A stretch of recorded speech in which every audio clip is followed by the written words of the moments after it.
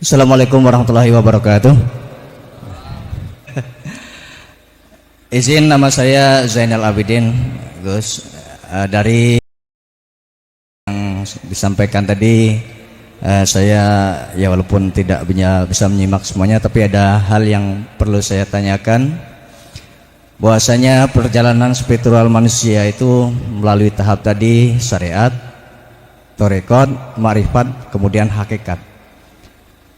Ini tentunya yang perlu diperjelas adalah jangan sampai nanti orang berkeyakinan kita sudah pada tahap ma'rifat tapi meninggalkan syariat. Mungkin ini perlu ditegaskan, Gus. Karena yang saya takut nanti orang berkeyakinan apapun yang kita kerjakan itu adalah sudah kehendak Allah Subhanahu wa taala.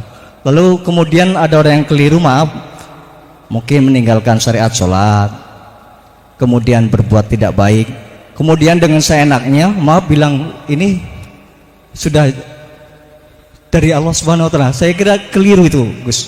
Jadi mungkin ini perlu dipertegas, jangan sampai pemahaman bahwasanya kita menempati makrifat kemudian kita meninggalkan syariat. Apakah pendapat saya itu apa yang saya sampaikan ini keliru atau tidak? Mohon diperjelas, Gus, untuk hal ini. Terima kasih. Sebelumnya Pak Rudi mau sekalian atau gimana, Gus? Apa nanti aja? Ya nanti aja, nanti biar aja. aku gak Terima kasih, Gus. lupa gitu. Bun, matur suwun. Kita selama di dunia, masih di dunia loh Pak ya, gak bisa lepas syariat, gak bisa.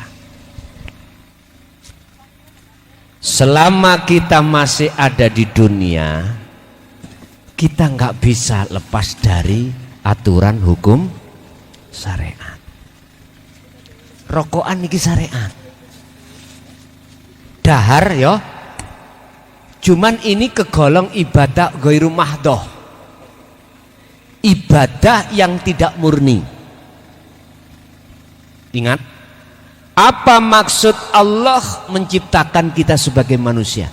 Banyak ayat mengatakan wa ma khalaqtul jinna wal insa illa liya'. Hanya disuruh menyembah. Wa ma umiru illa liya'budullaha mukhlishina lahuddin. Ada ya ki. Wa ma umiru lan ora den perintah sira kabeh illa liya'budullaha, kecuali hanya menyembah Allah.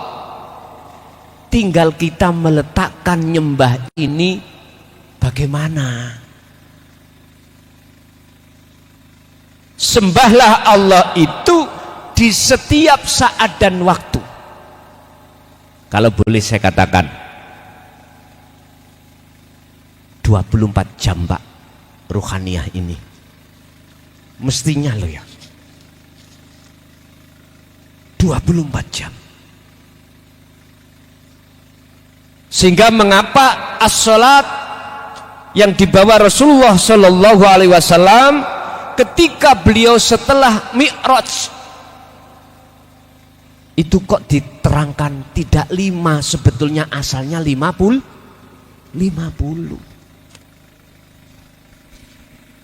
Mungkin kita yang punya tafsir berkata begini, 5 waktu itu nilainya sama dengan 50. Oke, itu sudah benar. Tapi kalau menduduki ayat yang saya katakan, aku tidak menciptakan jin dan manusia kecuali hanya untuk menyembah, bagaimana cara jenengan waktu dahar bisa menjadi nilai ibadah? Ketika jenengan kerja, bagaimana jenengan iki bisa bernilai ibadah ning ngersane Allah? Akhirnya kita bukalah dalam salah satu makalah Ibnu Athaillah di dalam kitab Hikam, husnul a'mali nataiju husnil akhwal min qalbin zahidin. Niki Pak, ibadah dohir niki Pak, jasad niki lho nggih, baik murni atau tidak murni, akan ternilai di mata Allah sebagai ibadah atau menyembah pada Allah manakala nataiju husnil akhwal min qalbin zahidin, hati jenengan condong hanya pada Allah. berarti kerjane mboten karena minta bayaran. Kerja sampean di pasar dagang, kerja kita di pabrik bukan semata-mata untuk mencari gaji, tapi jenengan ini karena Allah.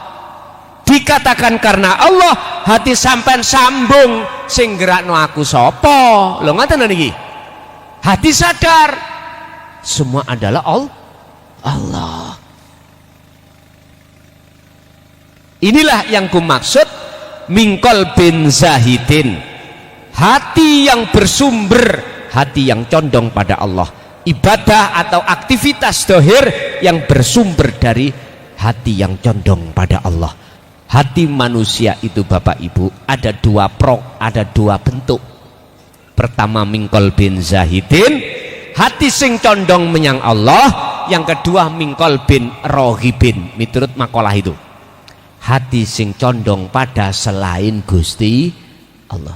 Contoh ibadah murni kula salat ning ati krana ingin dilebokno surga, ati pingin diganjar. Aku takok, surga atau pahala itu khalik apa makhluk? Iku ciptaan Allah apa Allah? Ciptaan toh. Niki nek miturut kacamata hakikat dawuhe ngeten, ya aja kuwi salat mung ngono tok, ya kudu atimu madhep Gusti ngoten. Carane untuk ke situ lho Pak, mulai tahun zaman cilikan kula tahun 67 sampai 2014 kemarin, ulama ikut terkesan menyembunyikan. Akhirnya kita sebagai sebagai umat dia orang ngerti. Mengapa beliau sembunyikan? Karena resikonya tinggi. Kula masuk pertama Thariqah Qadiriyah wa Naqsabandiyah tahun 74 Pak. Mboten dibukaaken. Pun cuman dzikir jahri siri tok. Sementara sirul asrar tidak pernah dibukakan. Itu tadi takut fitnah. Akhirnya di tengah masyarakat, kami sebagai masyarakat menengah ke bawah ya nggak ngerti maksud fa'lam mang. Akhirnya ya saya ibadah apapun nggih krana sakliyane Allah masihan. Sik karena kewajiban lah, sik karena pahala lah, sik karena surga lah, biar dijauhkan dari neraka lah. Loh, iki gak salah, tapi ning ngersane Allah kurang mantap nek menurut kula. Mengapa kurang mantap? Karena kita hanya jasmaniah saja, Pak. Rohaniah kita tidak menghadap Allah. Jadi nggak bisa Pak, kita itu selama di dunia itu tinggalkan syariat. Tergantung kita olehnya ada visi dan misi ke Allah. Takarrub menuju Allah itu lewat sistem mana? Lah ini yang harus saya jelaskan. Sistem di situ ada dua, tolong dibuka dalam kitab hikam.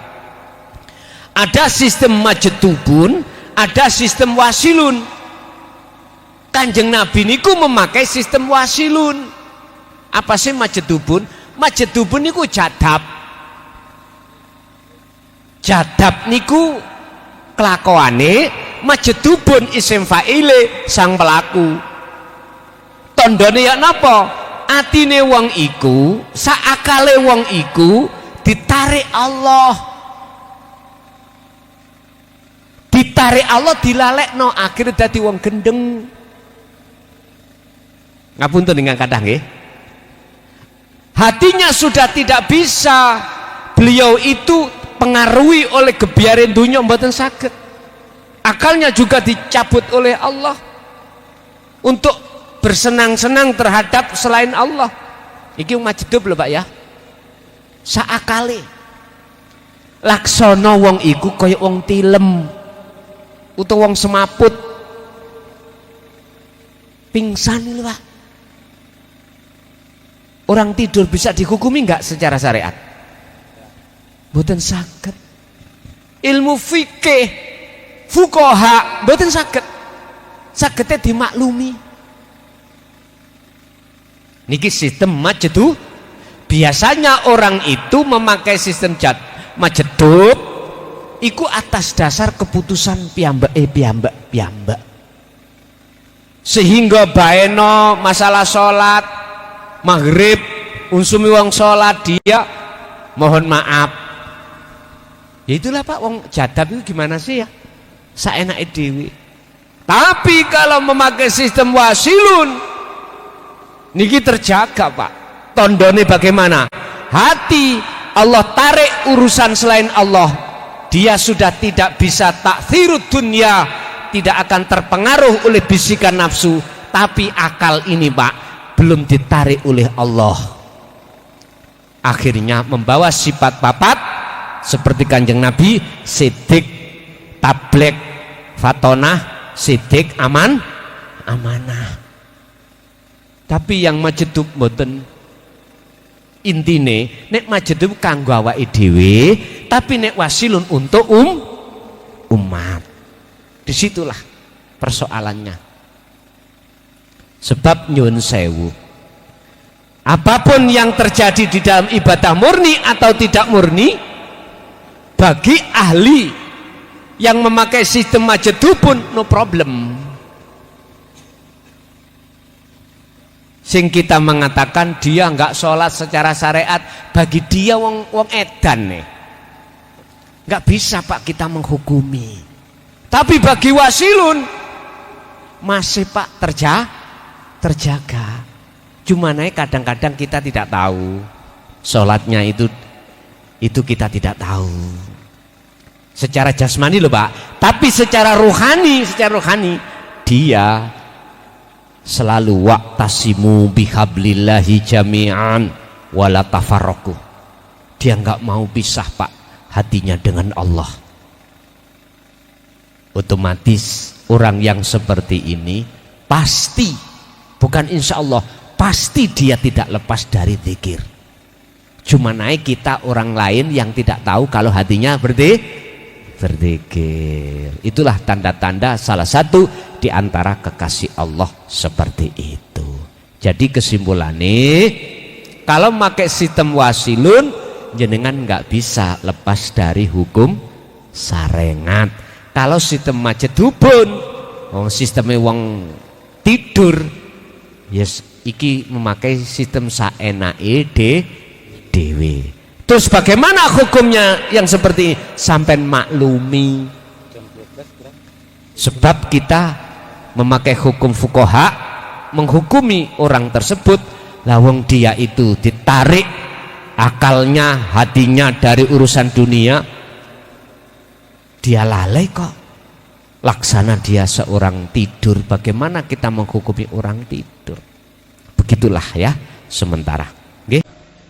Bapak Ibu hadirin, monggo donga niki sampean cepno ning dodo, sampean kali kula belajar apa karep sing njero ati sampean kali kula sampean sambungne sedaya semua itu adalah kehendak Allah. Apakah dengan doa ini untuk membuka hati kita, anak putu kita, istri suami kita, saudara kita, supaya waktu sholat iku estu hati bisa khudur datang Allah subhanahu wa ta'ala ila hadratin Nabil Mustafa Rasulullah sallallahu alaihi wasallam wa ala alihi wa azwajihi wa dzurriyyatihi wa qurabatihi wa ali baiti wa ashabil kiram wa ila jami'il anbiya wal mursalin wal auliya was syuhada was sholihin wat tabi'ina sholihin, khususan ila abaina wa ummahatina wa azdatina wa masyaykhina wa auladina wa azwajina wa dzurriyyatina wa ahli baitina lahumul fatihah. A'udzubillahi minasyaitonir rajim.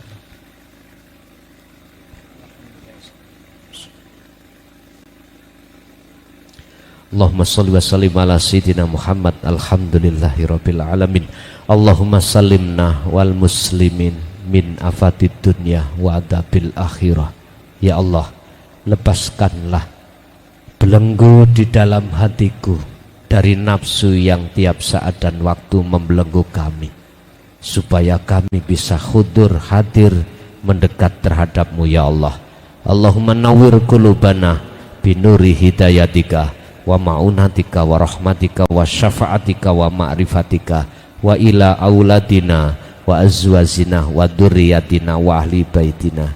Ya Allah, berilah cahaya terhadap hati kami, anak-anak kami, istri suami kami, putu-putu kami, keturunan kami menjadi anak yang solih dan solihah, dan dengan cahaya ma'rifatmu lah kami akan bisa mendekat kepadamu. Allahumma ya fatahu ya alim, iftah lana bi futuhil arifin wa ilaihim.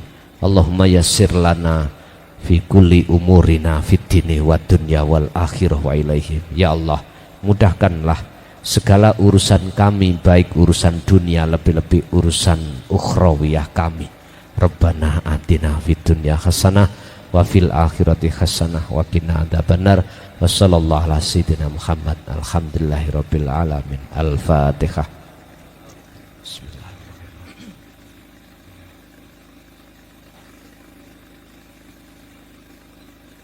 Akhirul kalam, hadanallah wa iyyakum wa lafa minkum. Assalamualaikum warahmatullahi wabarakatuh. Waalaikumsalam warahmatullahi